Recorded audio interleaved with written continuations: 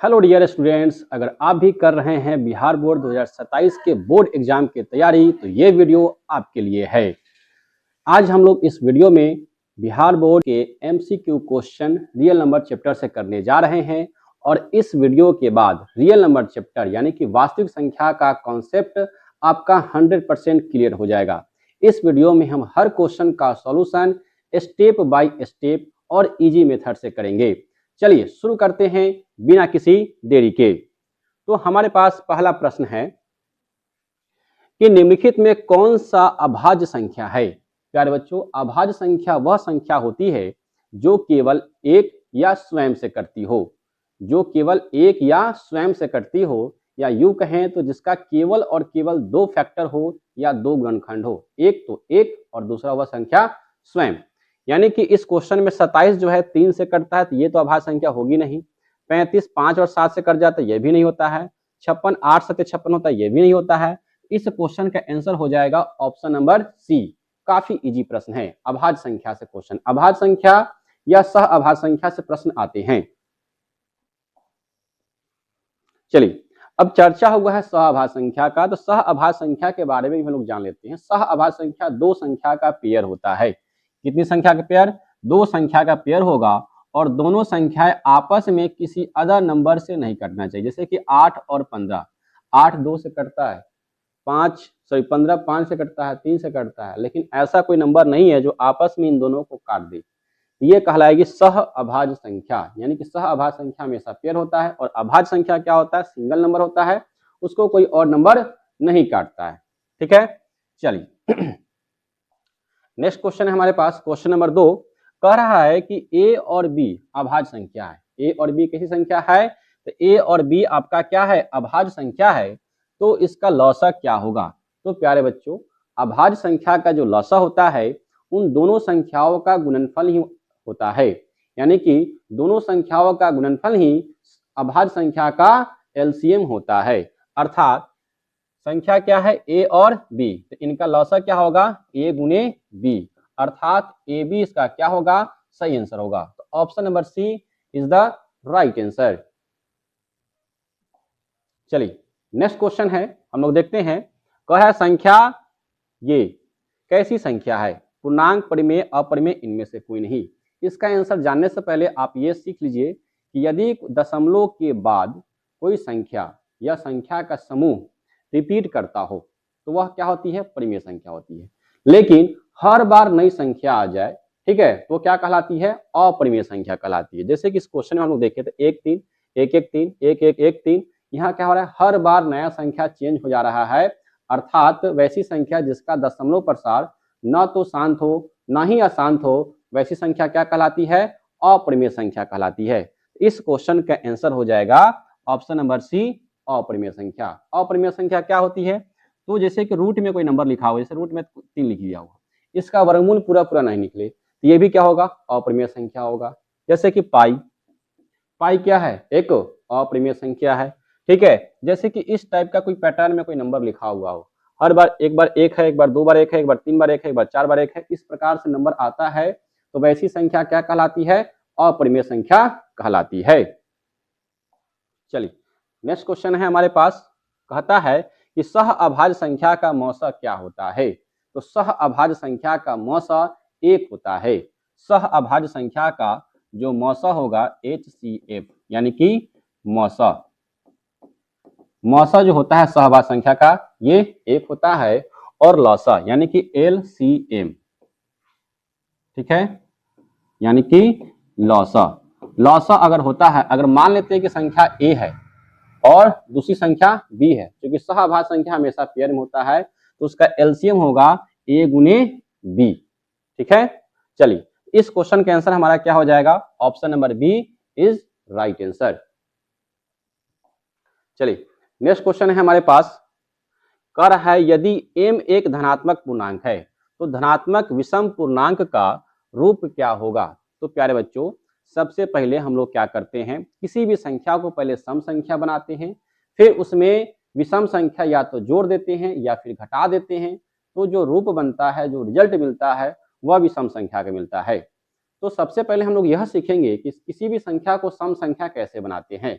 तो कोई भी संख्या, जैसे मान लेते हैं कि यहाँ पे संख्या m है, ठीक है, अगर इस संख्या को सम संख्या बनाना है तो इसको 2 से गुना करना होगा। किसी भी संख्या को आप 2 से गुना कीजिए, वो क्या बन जाती है, तो वह सम संख्या बन जाती है। अब मन में प्रश्न आएगा सर केवल 2 से ही करें, तो नहीं, 2 का मल्टीपल से भी कर सकते हैं। आप इसको 4 से भी मल्टीप्लाई कर सकते हैं, इसको आप 6 से भी कर सकते हैं, इसको आप 8 से भी कर सकते हैं, इसको आप 10 से भी कर सकते हैं, ठीक है, यानी कि 2 का मल्टीपल होना चाहिए, ठीक है। तो क्वेश्चन में हम लोग देख रहे हैं कि इसमें मल्टीपल कितना का दिया हुआ है, 4 का दिया हुआ है, तो हम लोग 4 का मल्टीपल लेके चलते, यानी कि m गुने 4, यानी कितना हो जाएगा, ये हो जाएगा 4m। अब इसमें विषम संख्या, ये बना सम, ये 4m क्या है, तो ये 4m जो है आपका सम संख्या अभी तक है, ठीक है। इसको बनाना क्या है, इसको बनाना है विषम संख्या। तो 4m में या तो विषम संख्या जैसे कि 1 3 5 7 या तो जोड़ दीजिए, या फिर 1 3 5 7 घटा दीजिए, तो जो प्राप्त संख्या होगा वह विषम संख्या होगा। ऑप्शन देखने पर पता चल रहा है कि यहाँ पे 4m में 1 जोड़ा जा रहा है, 4m यानी कि सम, और सम में आप विषम संख्या जोड़िएगा तो विषम संख्या मिलेगा, ठीक है। चलिए इसका एक एग्जाम्पल हम लोग करके देख लेते हैं। जैसे कि मान लेते हैं कोई संख्या 3 है, उसको आप 4 से गुना किए तो रिजल्ट क्या बनेगा, तो उसका रिजल्ट बनेगा 12, ठीक है। 12 में आप क्या कीजिए, 1 जोड़ दीजिए, तो रिजल्ट क्या बना, 13। 13 कैसी संख्या है, विषम संख्या है। या 12 में आप 1 घटा भी दीजिएगा तो 11 बनेगा। 11 भी कैसी संख्या है, ये भी क्या है, विषम संख्या है। कैसी संख्या है, विषम संख्या है। ये भी क्या है, ये भी आपका विषम संख्या है, ठीक है। इसका ऑप्शन सी हो गया। चलिए नेक्स्ट क्वेश्चन हम लोग देखते हैं। नेक्स्ट क्वेश्चन क्या है, कह रहा है निम्नलिखित में कौन सी संख्या अपरिमेय संख्या नहीं है। निम्नलिखित में कौन सी संख्या अपरिमेय संख्या नहीं है। तो प्यारे बच्चों अभी बताएं कि पाई कैसी संख्या है, तो पाई अपरिमेय संख्या है। √7, अब देखिए इसका वर्गमूल पूरा पूरा निकलेगा नहीं, ये भी अपरिमेय संख्या हो जाएगा। ऑप्शन नंबर सी देखिए, √2 का और √5 का, इसका भी वर्गमूल नहीं निकलेगा, ये भी क्या हो जाएगा, अपरिमेय संख्या।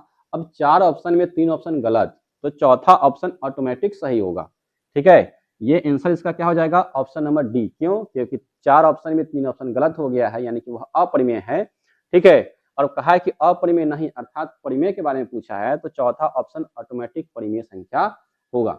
वैसे इसका आंसर जानने के लिए आप लोग इसका सॉल्यूशन देख लीजिए, ठीक है। क्या कह रहा है, 3√75 बटा में √48, ठीक है। अब 75 का वर्गमूल पूरा पूरा निकलेगा नहीं, पर कुछ तो निकलेगा, ठीक है। चलिए 75 का वर्गमूल निकालने के लिए और 48 का वर्गमूल निकालने के लिए कुछ हम लोग कैलकुलेशन करते हैं।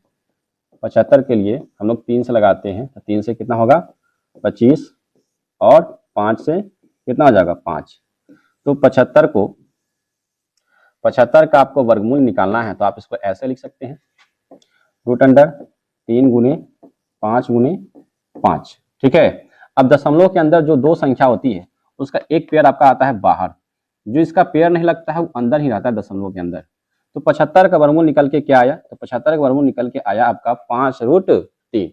48 का देख लीजिए, 48 का वर्गमूल निकालिएगा तो 2 से, ठीक है, 24, फिर 2 से 12, फिर 2 से 6, फिर 2 से कितना लगेगा 3। तो 48 का जो आपका वर्गमूल निकलेगा ये क्या होगा, 2 कितना बार है, 1 2 3 4, तो इसका क्या आएगा, 2 बार काउंट करेंगे, ठीक है। √3 का तो पेयर लगेगा नहीं, ये √3 क्या होगा, अंदर ही रहेगा, अर्थात 2 दूना 4 √3, ठीक है। याद रखिए इसका 5√3 और इसका 4√3। चलिए अब हम लोग देखते हैं इसके बारे में। अब इसके बारे में इसको क्या लिख सकते हैं, इसको लिख सकते 3 गुने √75 को क्या लिखे थे, 5√3 अपॉन बाई बटे, ठीक है। 48 को क्या लिखे हैं, 48 लिखे हैं 4√3। अब देखिए √3 से √3 कैंसिल हो गया, क्या बचा, 5 तिहाई 15 बटा में 4। अब p/q के रूप में आ गया, और p/q क्या है, एक पूर्णांक है, और q नॉट इक्वल टू 0 है, यह क्या होगी, परिमेय संख्या होगी। चलिए नेक्स्ट क्वेश्चन देखते हैं हम लोग। तो प्यारे बच्चों आप सभी से एक विनम्र निवेदन है, वीडियो अच्छा लग रहा हो तो चैनल को सब्सक्राइब जरूर करें, ठीक है, और अपने दोस्तों के बीच शेयर करना ना भूले, ठीक है। चलिए नेक्स्ट क्वेश्चन देखते हैं हम लोग। कह रहा है 2 संख्याओं का गुणनफल इतना दिया हुआ है, ठीक है, और उनका मौसा ये है, ठीक है। तो पूछा है तो उनका लौसा क्या होगा। तो प्यारे बच्चों, इसके बारे में हम लोग एक फॉर्मूला है, ठीक है, इसको देखते हैं। फॉर्मूला कहता है पहली संख्या गुनी दूसरी संख्या, थोड़ा सा हम शॉर्टकट में लिख रहे हैं, बराबर होता है LCM गुने HCF, ठीक है।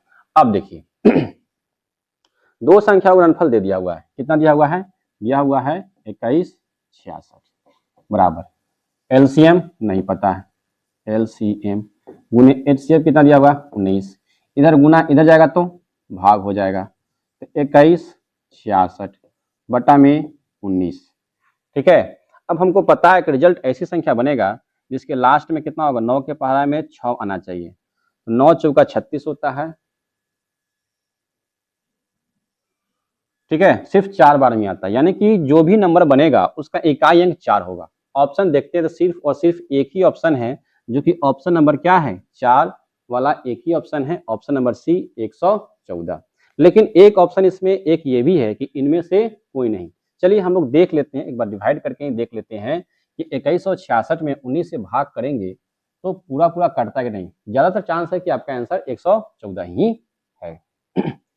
2166 में भाग करना है आपको 19 से, है ना, 19 से कम 19, ठीक है, कितना उतरेगा 2 6, 19 से कम 19, ठीक है, कितना उतरेगा 7 6, 19 चौका 76, कट गया 4 बार में, ठीक है। चलिए नेक्स्ट क्वेश्चन देखते हैं, ठीक है। अब देखिए इस क्वेश्चन को आप, ठीक है, थोड़ा सा दिमाग लगा के भी कर सकते हैं इकाई अंक से। अब आपको पता है, क्या पता है कि 2 अंक का गुणनफल करेंगे तो यही है, ठीक है।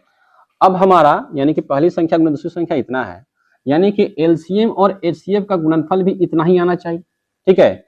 HCF कितना दिया हुआ है, 19 दिया हुआ है।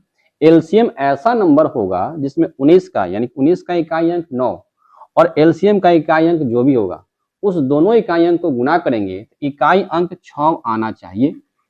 ऑप्शन भी एग्जाम में हमारे लिए ही रहता है, ठीक है। तो हम लोग ऑप्शन के अगर यूज करके बनाते हैं तो ये क्वेश्चन बहुत ही जल्दी बन जाएगा। ये तो होगा नहीं क्योंकि 9 8 72 होता है, ठीक है, 9 8 72 हमको चाहिए 6, है ना, 9 7 63 होता है ना, 3 आ गया, हमको चाहिए कितना 6, है ना, 9 चौका 36 होता है, 36 इकाई अंक 6 होता है, और यहाँ पे भी क्या है 6 है, यानी कि इसका आंसर ऑप्शन नंबर सी हो गया। बाई ऑप्शन बनाइएगा तो ये है, बाद बाकी प्रोसेस से भी आप बना सकते हैं, तो इस प्रकार से आप भाग देके चेक कर सकते हैं कि इसका आंसर क्या है, ठीक है। चलिए इसको चेक इसलिए कर लिए हैं कि क्योंकि इस ऑप्शन में एक ऑप्शन इनमें से कोई भी नहीं था, तो थोड़ा देर के लिए, ठीक है, नहीं भी हो सकता था। चलिए नेक्स्ट क्वेश्चन है हमारे पास, कह रहा है कि A बराबर इतना, B बराबर इतना, तब क्या कर रहा है, लौसा A और B का कह रहा है निकालने के लिए। देखिए हम लोग एक काम करते हैं, लौसा और मौसा इसमें दोनों सीखेंगे, LCM किसका किसका, A और B का, ठीक है। A और B में जब हम लोग LCM लेते हैं, ठीक है, तो पहले देखते हैं कि इनमें से कौन सी संख्या, पहले LCM से पहले HCF सीख लीजिए। HCF थोड़ा सा आसान है, ठीक है, HCF A और B का। HCF वैसे पूछा नहीं है पर क्वेश्चन आया तो हम लोग देख लेते हैं, एग्जाम में HCF भी पूछा जा सकता है अगले एग्जाम में, ठीक है।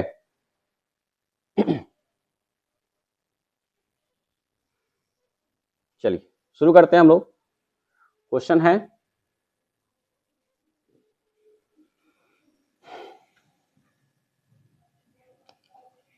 A का मान कितना दिया हुआ है, A का मान दिया हुआ इसमें। HCF में क्या होता है, जो इसमें भी हो और इसमें भी हो लेकिन पावर कम, HCF में पावर कम चाहिए, यहाँ पे पावर 3, यहाँ पे पावर 4, तो पावर कम वाला कितना हुआ 2 के पावर 3, ठीक है।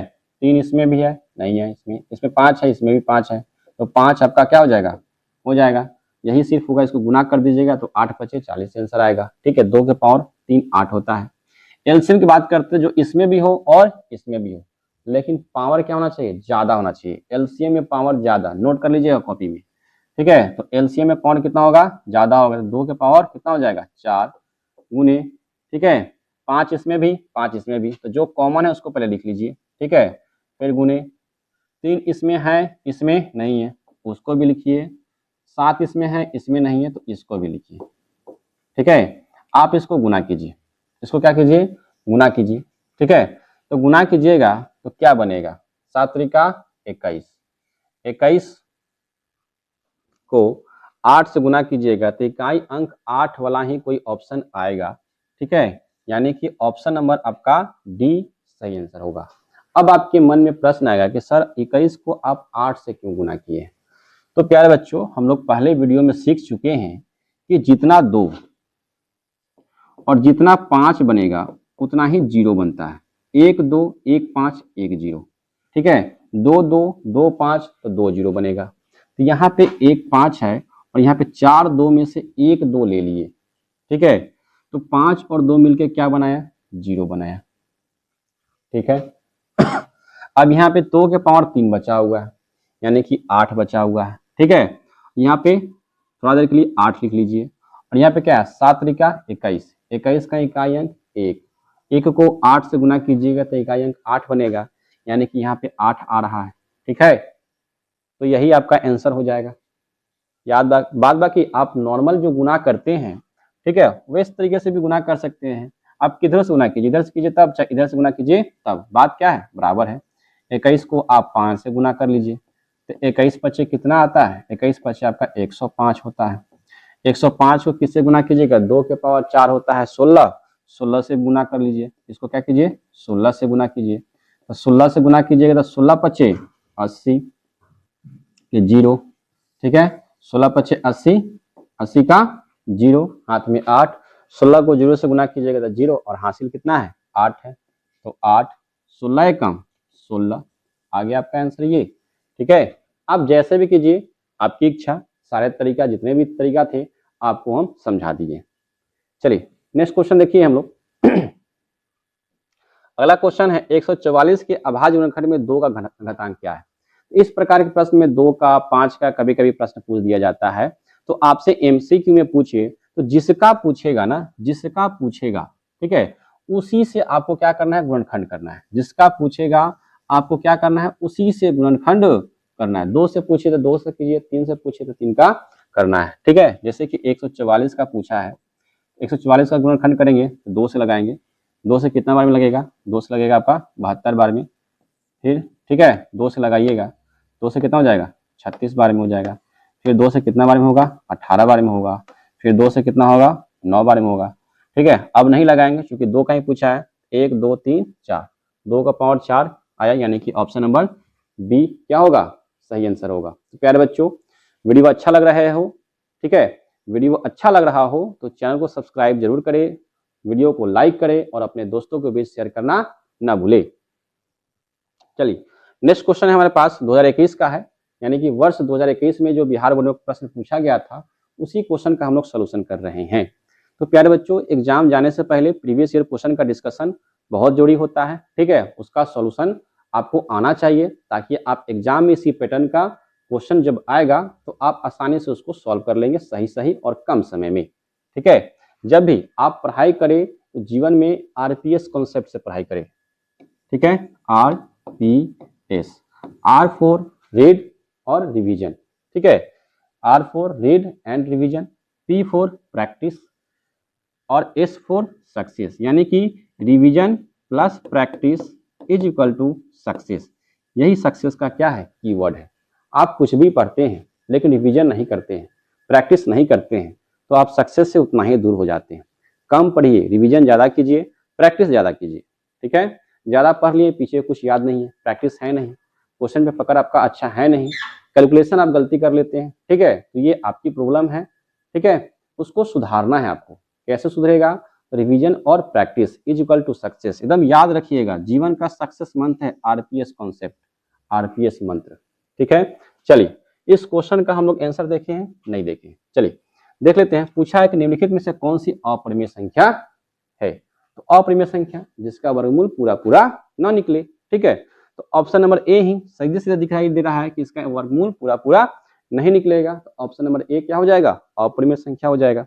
चलिए नेक्स्ट क्वेश्चन है हमारे पास कि निम्नलिखित में कौन अभाज्य संख्या। अभाज्य संख्या वही संख्या होती है जो आपस में किसी और नंबर से न कटता हो, या फिर यूं कहें तो उसका एक और स्वयं ही गुणनखंड होता हो। ठीक है, जैसे कि 91 जो है 13 7 91 होता है, ये नहीं होगा। ठीक है, 41 ही क्या होता है, अभाज्य संख्या होता है। 41 किसी और नंबर से आपका नहीं कटता है। इस क्वेश्चन का आंसर क्या हो जाएगा, option number C 41 is right answer. कह रहा है दो लगातार संख्याओं का मौसा क्या होता है। बहुत अच्छा प्रश्न है। दो लगातार संख्या 7 8 ले लीजिए, ठीक है, 8 9 ले लीजिए, ठीक है, इन दोनों संख्याओं का जो मौसा होता है हमेशा याद रखिएगा एक होता है। क्या होता है, एक। दो अभाज्य संख्या पूछ दे, लगातार संख्या पूछ दे, सह अभाज्य संख्या पूछ दे, इन तीनों ही कंडीशन में क्या होता है, मौसा एक आता है। याद रखिएगा, लगातार संख्या हो, लगातार, ठीक है, अभाज्य हो, दोनों अभाज्य संख्या हो, ठीक है, या फिर सह अभाज्य हो, ठीक है, एक क्या हो, एक अभाज्य हो,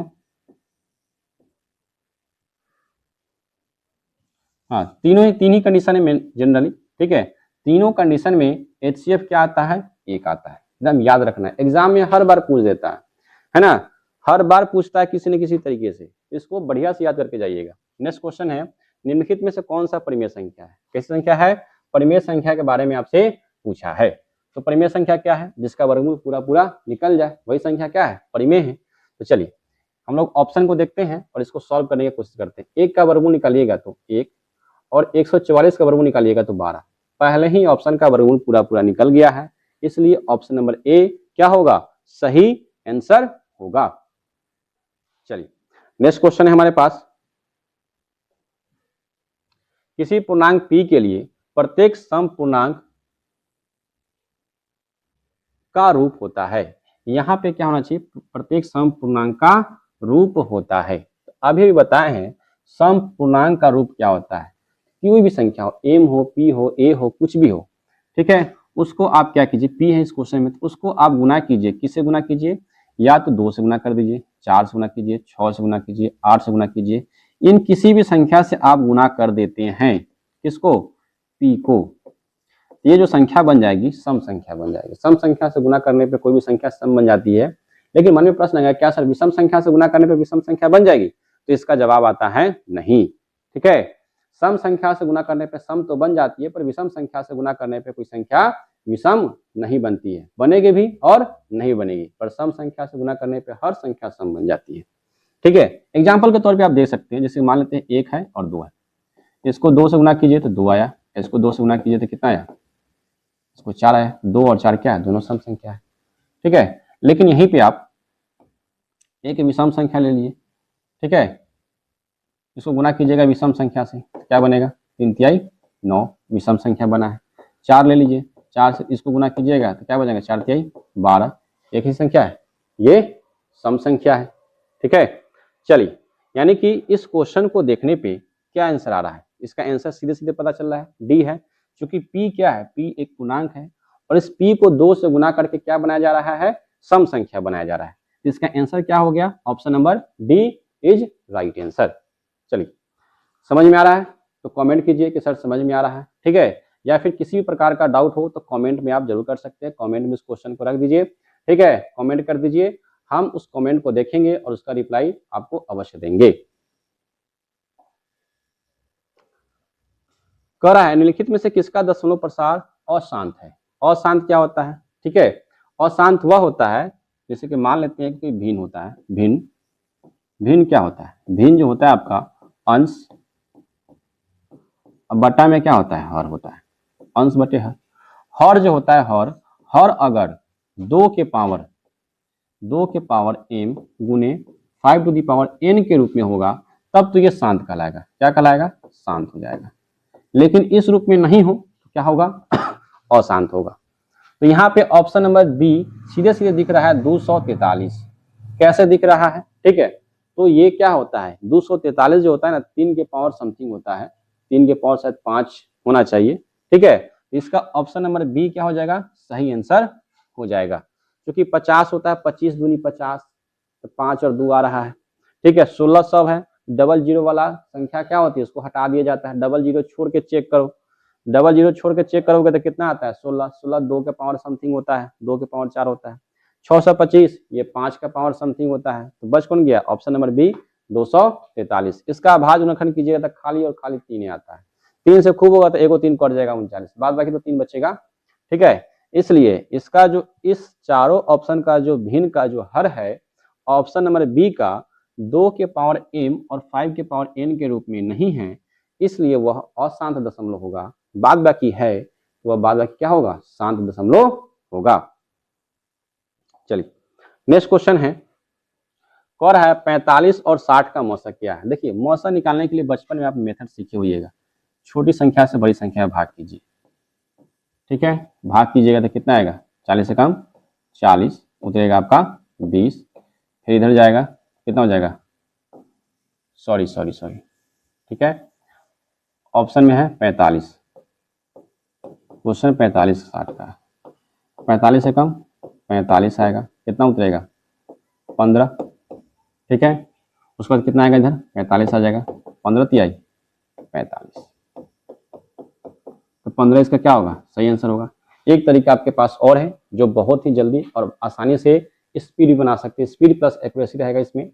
ये देखिए दोनों नंबर किस नंबर से कट रहा है, सबसे बड़ी से बड़ी संख्या चुन लीजिए। ठीक है, ये दोनों नंबर 15 से कट रहा है, 15 हो जाएगा।